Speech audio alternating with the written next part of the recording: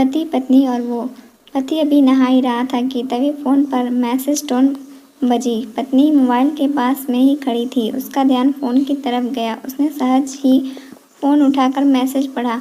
हाय good morning dear. किसी baby का message था। पत्नी सोच में पड़ जाती है कि अब यह बेबी कौन है।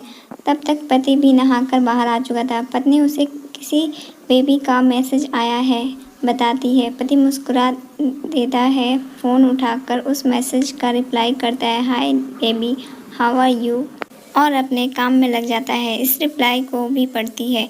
हर पल पत्नी के दिमाग में यही विचार कौंधता रहता है कि यह बेबी कौन है। शाम को पति घर आता है। पत्नी उससे पूछती है, यह बेबी कौन है। पति जवाब में सिर्फ मुस्कुरा देता है और फिर से अपने काम में लग जाता है। 2-3 दिन बीत जाते हैं। उन बेचारों ने अभी तक पत्नी का पीछा नहीं छोड़ा था और फिर से पति के मोबाइल पर फिर एक बार बेबी का मैसेज आता है, आज तो मिलोगे कि नहीं, तुम्हारी बहुत याद आ रही है। इस मैसेज ने आग में घी का काम किया। पत्नी का शक और भी ज़्यादा पक्का हो गया। बीच बीच में ऐसे मैसेजेस का आदान प्रदान होता रहता और पत्नी के मन में शक की जड़ें और गहरी होती गई। पति पूछने पर भी जवाब में सिर्फ मुस्कुराहट के और कुछ नहीं कहता। यह शक गुस्सा बनकर तब ज्वालामुखी की तरह फट पड़ता है जब एक दिन उसे अपने पति की जेब में सिनेमा की 2 टिकटें मिलती है। पत्नी अपने पति से बहुत झगड़ती है। पति उसे समझाने की कोशिश करता है लेकिन वह कोई भी बात सुनने को तैयार नहीं है।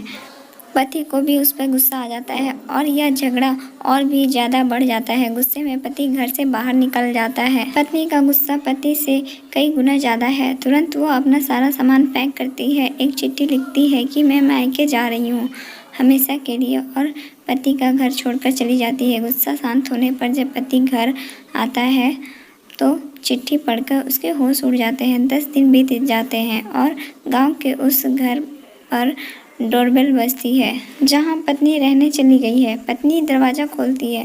दरवाजे पर 10 साल की एक छोटी बच्ची हाथों में चिट्ठी लिए खड़ी है। वह पत्नी को चिट्ठी देती है।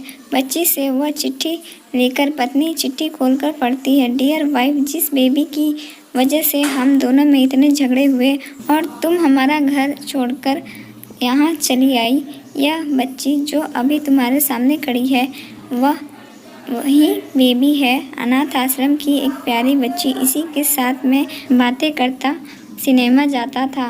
पहली बार जब तुमने बेबी के बारे में पूछा था तो मैंने जानबूझकर तुम्हें नहीं बताया था। सोचा था थोड़ा मजाक करता हूँ, देखता हूँ तुम कैसे रिएक्ट करती हो, लेकिन मैंने यह कभी नहीं सोचा था कि तुम्हारा शक इतना बढ़ जाएगा कि तुम घर ही छोड़ दोगी। हाँ, सबसे ज़रूरी बात, यह जो बेबी है वह किसी और की नहीं बल्कि तुम्हारी ही बेटी है। रुको, अपने आप को संभालो और आगे की बात ध्यान से पढ़ो।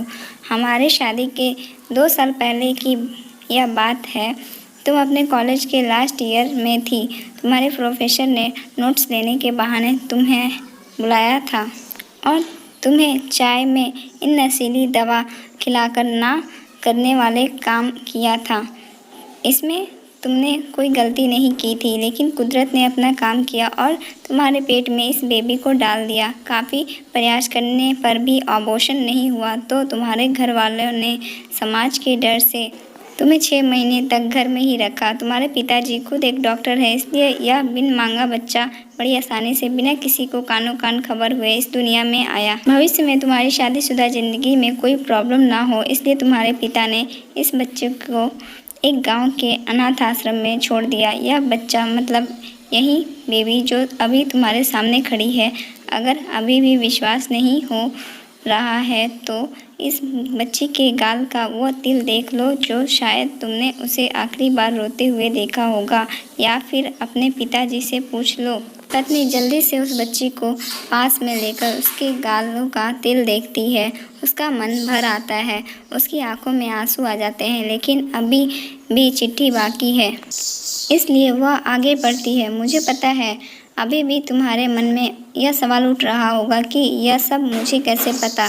तुम्हें बता दूं कि यह सब तुम्हारे खुद के पिता ने ही अपने मन में उठ रहे पश्चाताप को शांत करने के लिए शादी के 1 महीने पहले मुझसे मिलकर सारी बातें मुझे बताई थी। उन्होंने यह भी कहा था कि अगर मैं चाहूँ तो शादी से इनकार कर सकता हूँ। मैंने तो तुम्हें स्वीकार किया क्योंकि इस पूरी घटना में तुम्हारी कोई भी गलती नहीं थी और हमारी शादी हो गई। तुमने मुझे बहुत प्यार दिया, लेकिन तुम्हारे पिता से बेबी के बारे में जानने के बाद मैंने उससे मिले बिना नहीं रह पाया। मैं बीच-बीच में उससे मिलता था। उससे मिलना, उसके साथ समय बिताना मुझे अच्छा लगता था। कितनी प्यारी बच्ची, बिना किसी गलती के क्यों सज़ा भुगते, बस इसलिए मैं उसे थोड़ी सी खुशी देने की कोशिश करता था। बस मुझे इतना ही कहना था कि अब अगर तुम फिर से अपने घर आकर मेरे साथ रहना चाहो तब और सिर्फ तभी गैलरी में आ जाओ। तुम्हारा और सिर्फ तुम्हारा डियर पति। बिना एक क्षण की भी देरी के पत्नी दौड़कर गैलरी में पहुंची और रास्ते पर उसका पति एल खड़ा था। उसके चेहरे पर मुस्कान थी। पत्नी की आंखों में आंसू के पूर्ण कारण कुछ भी हो, अपने दोनों के बीच में कभी भी सबको थोड़ी सी भी जगह मत दो, क्योंकि दुनिया में हर बीमारी का इलाज है, लेकिन शक नाम की बीमारी का कोई इलाज नहीं है। मन शांत रखो और जो भी मन में आए एक दूसरे को बताओ। यह कहानी अगर आपको अच्छी लगी हो तो चैनल को सब्सक्राइब कीजिए, वीडियो को लाइक ज़रूर कीजिए एंड कमेंट करके ज़रूर बताइए।